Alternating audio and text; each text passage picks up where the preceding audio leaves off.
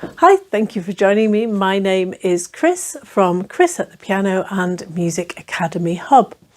And this is episode 1 in our new series, Intervals in Music. Now, to understand intervals, you'll need to understand the circle of fifths or the major scale key signatures. You'll also need the alto clef and the tenor clef for the worksheet. All the details are on the worksheet where you can find the episodes on the circle of fifths or on understanding the clefs. If you need to check those first, do please check them out and then come back to this video. On the worksheet we have this bar written out, and this is the one we're going to be looking at today. This video is on seconds, thirds, sixths and sevenths. These are the intervals that we will be looking at. We don't need the first note as it's the same as the second note. Now, when we look at the interval, we have two things. We have a number, which is a second, a third, a fourth, etc. Or we have a classification,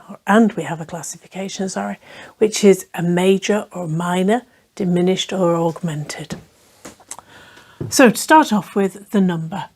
First off, from C to D. You'll notice that I've put C first, even though it's the second note in the music.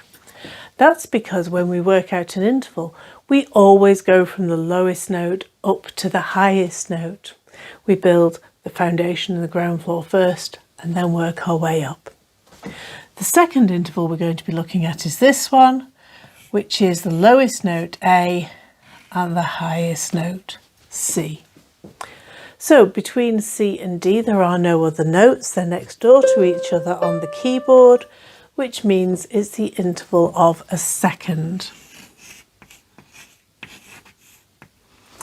Now the letters A and C are not next to each other in the alphabet, nor are they next to each other on the keyboard.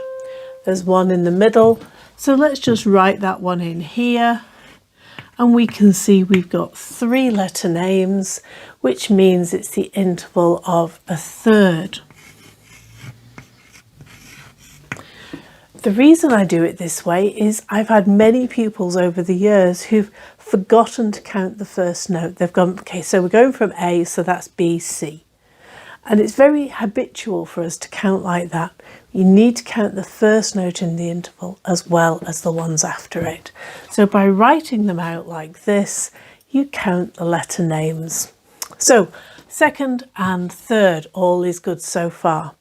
Now we've got to look at how to quantify what that interval is, major, minor, etc. So is the top note in the major scale of the bottom note? This is why you need to know your scales. Is D in the major scale of C? So if you grab your instrument or go to your instrument and just play C major, did you play a D after the C? Well, yes, C major's all white notes, so you will have done. So D is in the major scale of C. All white notes if you play it on a keyboard. If you play it on a different instrument, obviously it changes. So, is the top note in the major scale? Yes, it is. Therefore, the interval is a major second.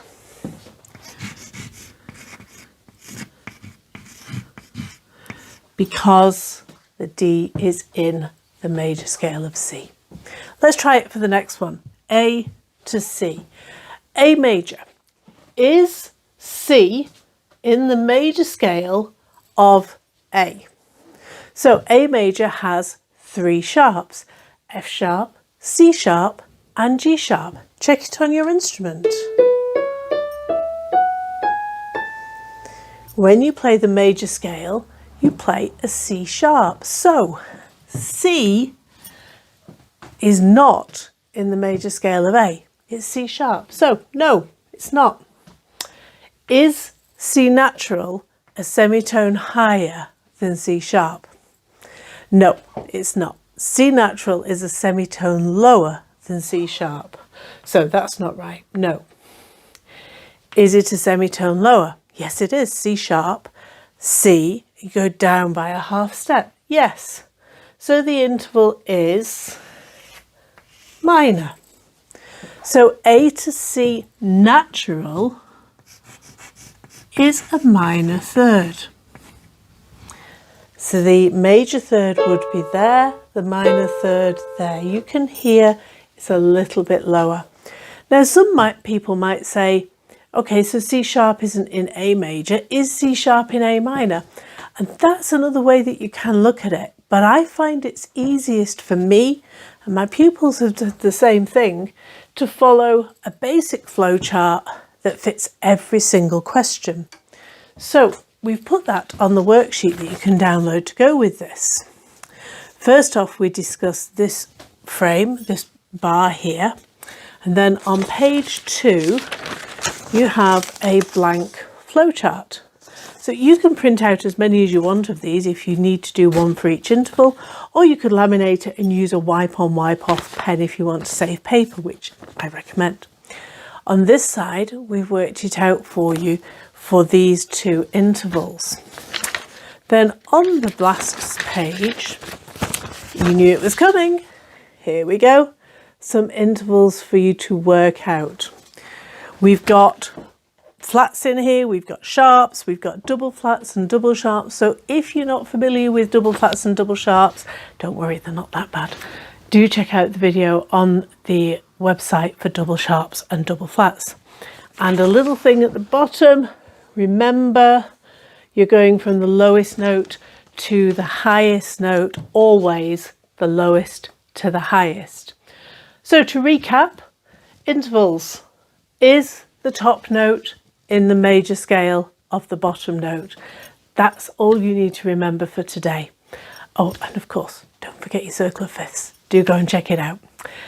If you would like to download the worksheet, the details are down below in the comments. If you would like a lesson on Skype or Zoom or WhatsApp or whatever on intervals, because you're still not too sure, but it's coming, but you're not quite there, do drop me a message or leave a comment below, and myself or one of my team will get back to you to help you with that one. Thank you for joining me. I hope this has been helpful. Don't forget to like and subscribe, and I'll see you for episode 2 next week. Bye for now.